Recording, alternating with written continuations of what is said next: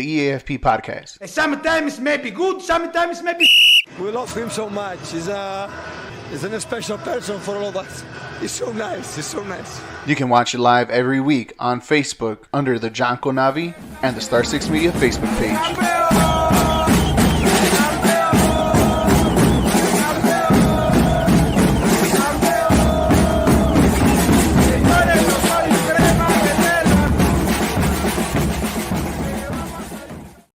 It just feels so good to hear. Oh, it's been a while, ladies and gentlemen, boys and girls.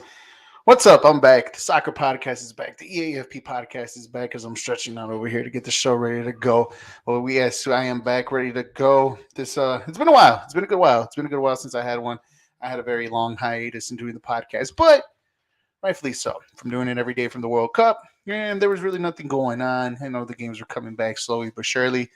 I just waited till all the meat and potatoes on the dinner plate was ready to go and getting a lot to watch. So guess we're back. Nothing to talk about other than transfer news about some crazy transfers that happen across the world of football.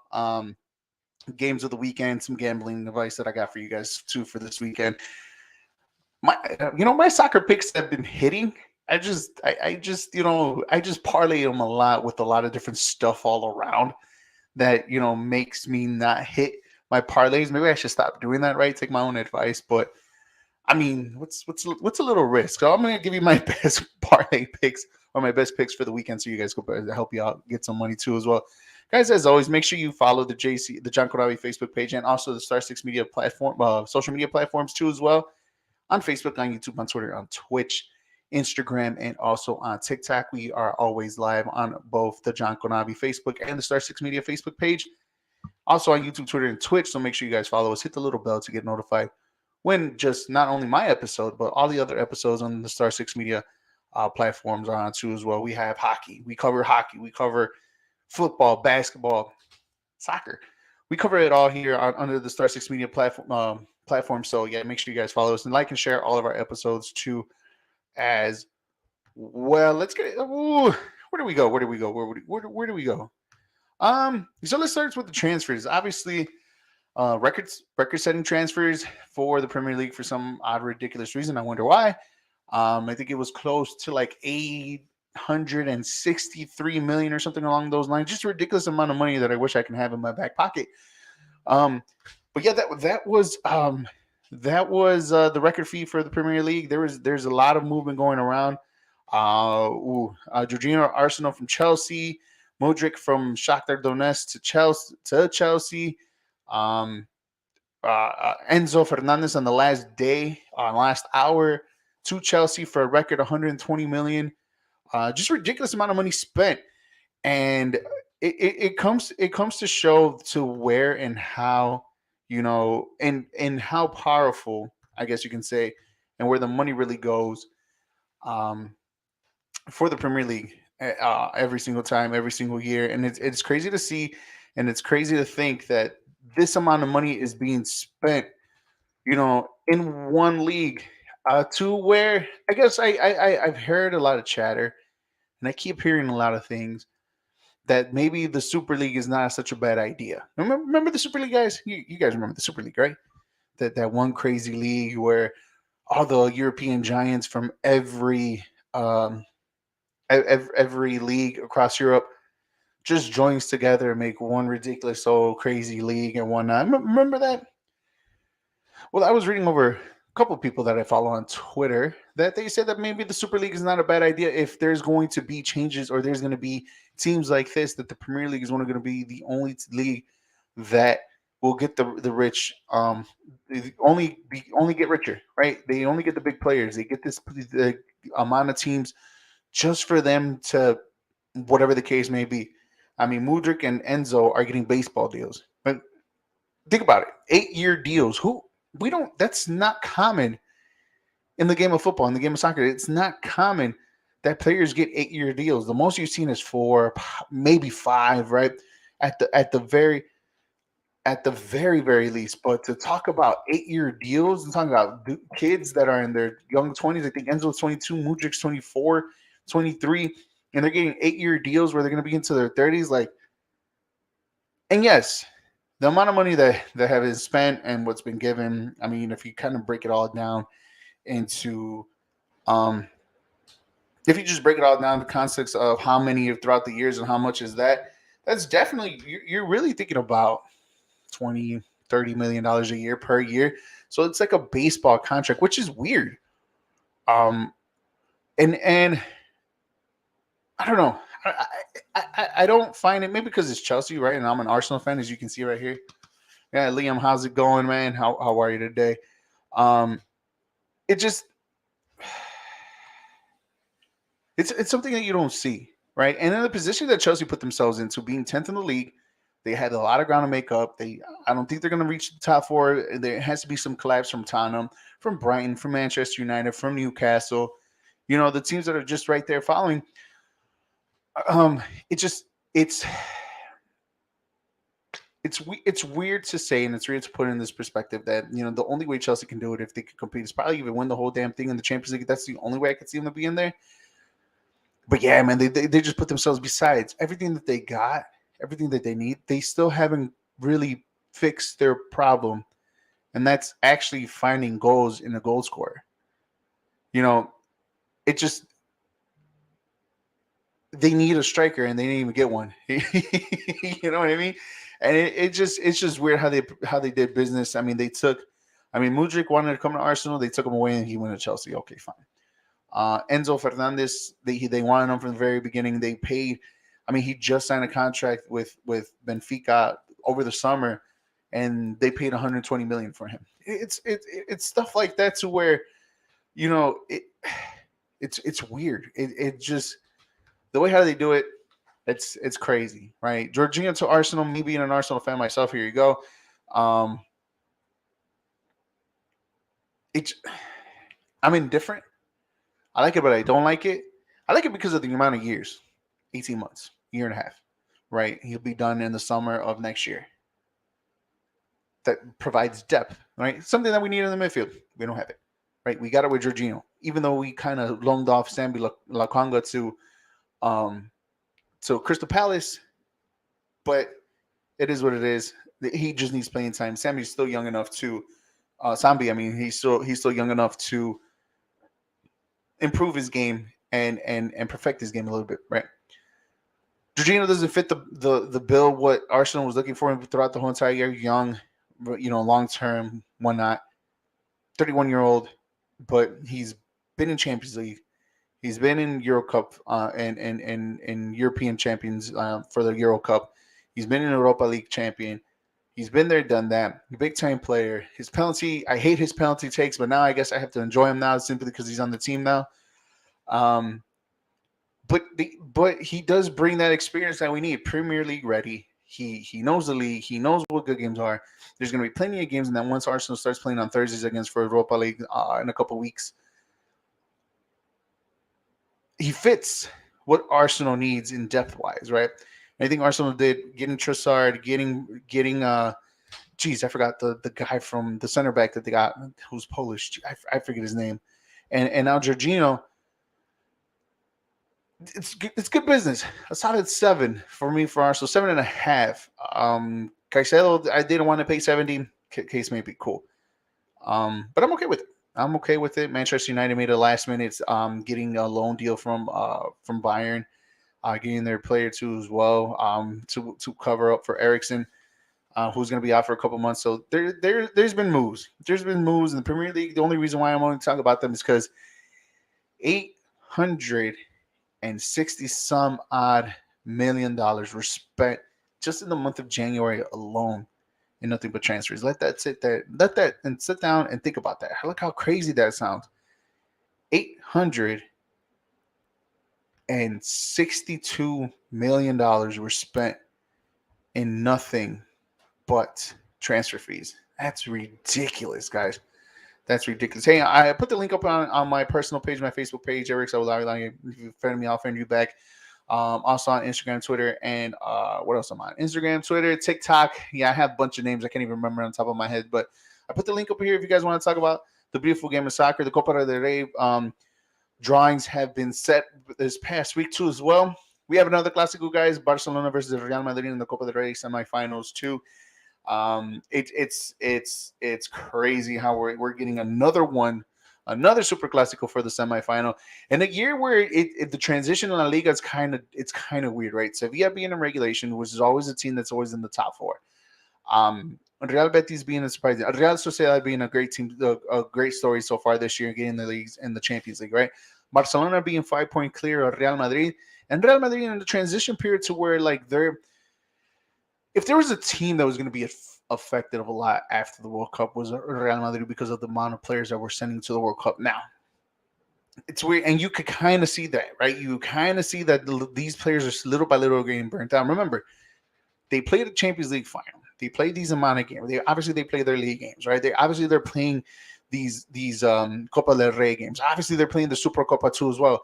What I see in Real Madrid is what we're seeing in Liverpool and England. These teams are getting burnt out, and the young players, some of the young players, yes, they're stepping in. They're doing but you could tell how deep, how far back the quality is from each team, and especially from both teams in Liverpool and Real Madrid. But you could tell that played in the Champions League final, but you could tell that their legs are kind of lacking, right? Problems in the dressing room supposedly that's happening with Rodrigo too as well, or and Vinny. There's just a lot of little things, and I feel like the transfer of Casemiro did kind of affect this team a little bit because if there's a dude I mean, look at the night and day between Real Madrid and Manchester United, how different Manchester United looks with him on the field. It just you could just tell that he was just the anchor of that team, and they're finding a difficult time replacing the guy who did a lot for them for the last 7-8 years or however long Casemiro was in Real Madrid. So again, it's one of those situations to where you shouldn't be surprised that Barcelona is in first place in La Liga because of what Real Madrid has endured over the last 2-3 years in being almost every competition, finals in most of every competition. Obviously, playing your league games, that's guaranteed. But now you're seeing a different Real Madrid where it's like you see a lot of laziness, you see a lot of backward passing. You don't see the same dynamic that you saw in the last couple of years. You're seeing laziness, you're seeing tiredness, and I can see it in most of the games where a couple of these games are down Madrid. They're either down 1-0 or they're struggling to get the first goal. And I know everybody's saying La Liga is easy, right? La Liga is this and that and this that, but Real Madrid is finding difficulty because the legs are not there for them. In probably I've seen Real Madrid play probably 7 times this year, right? And then obviously I've seen them this calendar year. I've seen them a little bit more, right? But what I've seen lately after the World Cup is that most of these teams are being affected by being the World Cup playing in November, December, right?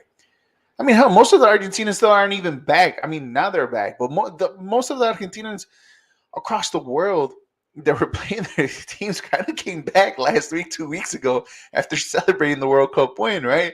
So it's weird you could say that, and that's probably like the one team that the one teams or the teams that had their players got affected by, right? And it's cool, let them celebrate. It's weird to have it, right? That's why you have it in the summer, so those guys could literally party off from June to July and have August and come back in September to party it out. But back to the Real Madrid subject is just like you just see these players, and then they're also getting old in the wrong positions too. The midfield position, even Tony Kroos is already in his mid 30s. Obviously, Modric in his mid 30s, late 30s. Um, just to name those two right off the bat, it's just the pace is not there. Obviously, their experience and their technique will overcome whatever pace or lack of pace they have, lack thereof. But it's just they're just they've been looking like they've been a step behind in most of these games, losing Varane too as well. Militao. I said Militao was going to be really good. There's moments where Militao doesn't, he worries me a little bit, right? And it's just it's a transition period for Real Madrid that I do believe that some big changes should come this upcoming summer. It's There's nothing wrong, and especially what Real Madrid has encountered the last couple of years. I think one year where they don't win anything is fine as long as they revamp over the summer, and then it should be okay. And I get it. That's not what you want to hear, and that's not an excuse that you should hear from any fan base or anything like that. That shouldn't be an excuse. You have to win in, win out every year. But you guys got to remember the human element in the game is all that. The amount of games that these guys have played, it does take a toll. Not only physically, but also mentally too as well. So you know, get Barcelona just taking advantage of a team that right now is just not finding their stride, not finding their groove, not finding this, and Barcelona just are getting revamped it and also having a lucky streak to where Real Madrid is not at a full 100%. So that's just my take. I want to know what you guys think. Make sure you guys follow all our social media platforms, John Konabi, and also the Star Six Media on every social media platform where we go live on all our platforms: Facebook, YouTube, Twitter, Twitch. We also have Instagram and TikTok where we post most of our favorite clips, I guess you can say, from our podcast on all those platforms. So make sure you guys give us a like, follow us, and then we'll follow you guys back and me as a friend too as well. You'll see me a lot on TikTok. I'll be on a lot of TikTok doing videos, soccer videos here and there. Obviously, I'm gonna give you guys my gambling advice for the weekend. What do I like for this upcoming weekend from all the leagues around, and what do I have, right? Um, Diego Lainez is coming back to Mexico with Tigres. I don't know how I feel about that, him being an Americanista where he comes from. But again, another guy from Mexico who goes to Europe and doesn't really have that much of success, right? I get it. He went to Betis. It didn't help. It didn't pan out. Him being loaned off, him going all these places, haven't been loaned down either too as well. Um, it just him coming back. It's kind of a disappointing story because there was high hopes for the kid and yeah, for him to go where he went to Europe and coming back to Mexico, I mean, there's nothing wrong with it, but there's a lot of high hopes for the kid for him to turn out very well. Some people call him the Mexican Messi. I think that was a little too far. I think that was a little too much and too much pressure for the kid, but I didn't like it. But hopefully he finds his form because I feel he could be a difference maker for the Selección Mexicana, which, by the way, rumor has it out there that they will make their coaching decision this upcoming Monday, and we're gonna see what kind of what's the right word I'm looking for here? What's the right word I'm looking for here? Let's see what kind of stupidity the Selección Mexicana has in choosing their head coach. It better be a good one. And if not, then I mean we're still gonna be talking about this over and over and over again for the next couple of years on why this head coach wasn't good. I don't want Miguel Herrera. What Miguel Herrera did in Mexico a few years back in 2014 will always be memorable. They'll take that team had in my heart, and it ripped and it broke, as you could hear the breaking of my voice about that. What he did to help Mexico go into the World Cup, taking them to New Zealand and all that, watching them. I was up at 3 o'clock in the morning watching those games too as well, watching them play. Yeah, that was the probably perfect run Miguel Herrera had and will have with the Selección Mexicana. There's moments, but what the Selección Mexicana needs is not somebody that has moments. They need structure, and they need somebody that can not take them over to the next level, because that's not what we want, right? Even though the World Cup is going to be in Mexico, United States, and Canada in about 3 years, it's mainly more not the short term answer, but the long term solution. I'm talking about the plan has to be, and I know the Federación Mexicana is not going to do this because they're not smart enough to do this, and they're not clever enough to think about this, and they don't really care about what we think or what's the right thing to do, simply because all they care about is money, them being greedy and whatnot. They don't and it's not that what they don't look at the long-term plan. The long-term plan should be whoever's the head coach should be having somebody who's running their successor, or their successor somewhere being somewhere else, to be like, hey, this is what we're doing. What do you think Germany has so much success you know, from for Jurgen Low, right? Or Jurgen Low. You know, they had a game plan and they followed that game plan through. Now, obviously, it wasn't a big success, but they at least got to a World Cup, right? And they won a World Cup, right? But it should go based on the head coach and whoever's going to be the next head coach, and the plan still keeps going, right?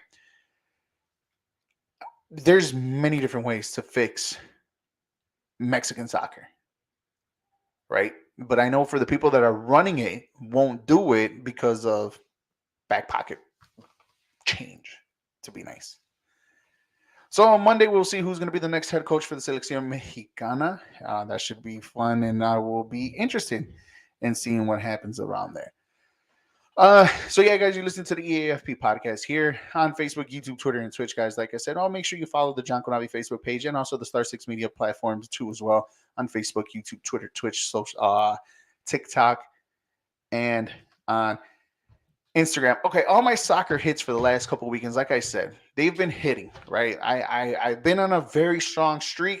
I'm just a big idiot and parlaying them with something else that, you know, just to have a little bit more money on my back pocket.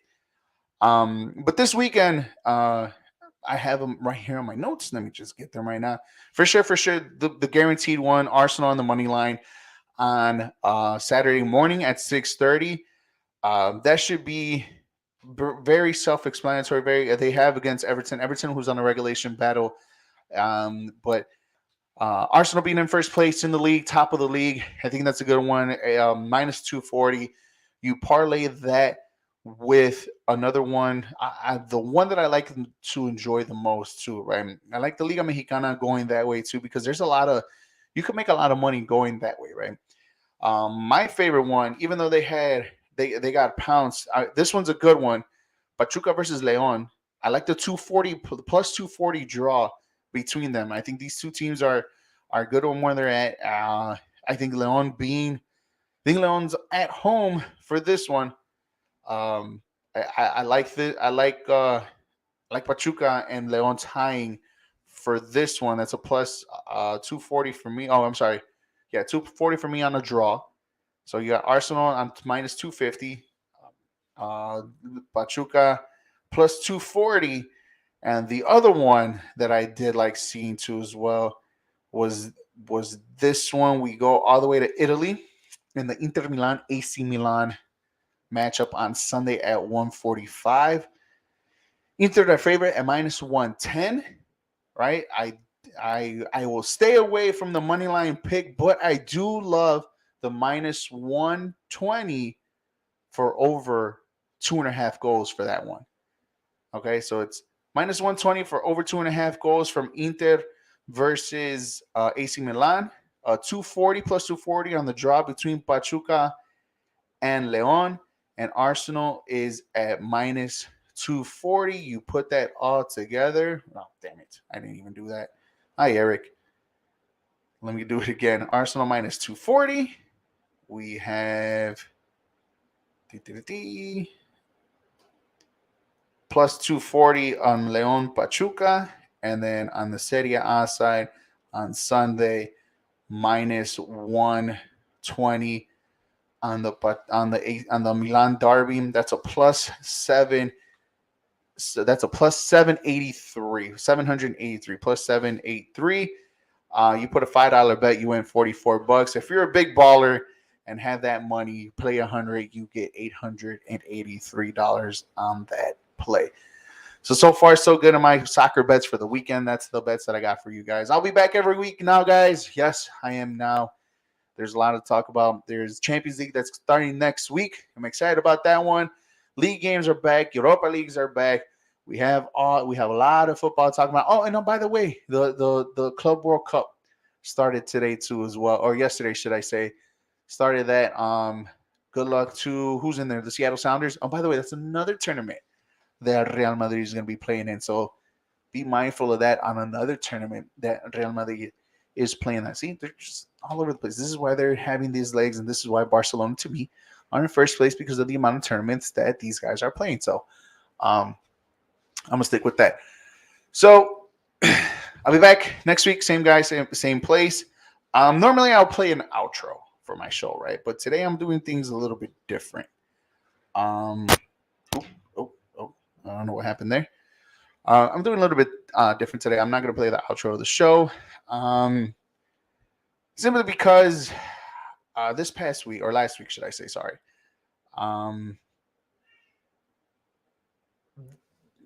I guess you could say my soccer community, right? But the soccer community where we all grew up in and played and always played, right? We lost a good friend. We did. Well, I lost a good friend. We all lost a good friend last week. Details on it, I don't know. I'm not going to put it out there either, even if I did. But we did lose a good friend, Carlos Hernandez, aka Moso. Last week, we found out the news of his passing, and it affected everybody. He was a real good guy, a great friend, really great friend. As you hear my daughter in the background, and it's weird to say anything about it because the dude was full of life. His smile is everything. Every time you see him, it's always greeted with a hug and a smile, and then you just talk for hours. I mean, we hung out a lot when we were younger, and even now when we got older. I mean, I still remember his Snapchats that he sends every Friday. Of the videos, it's Friday, and that one he'll send it to me every Friday, for a while too, and there was days where on Fridays where I needed a little pick me up, and he got that for me. And there was some like I just laughing, and there was days where I just expected him to do it. You know what I mean? And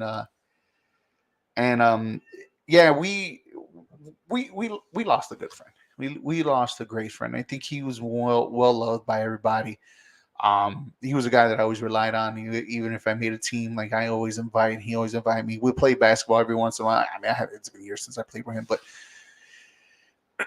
he did invite me to go and play a few games with him. I did that too as well. And then, he'll invite me. We'll invite each other. And um, yeah, we lost a good guy. We lost a good friend last weekend. Thoughts and prayers, condolences go out to his family. And yeah, it's a tough one. It was a very tough one. Tough news to hear. And yeah, he'll be sadly missed. And it's sad to see somebody like that go.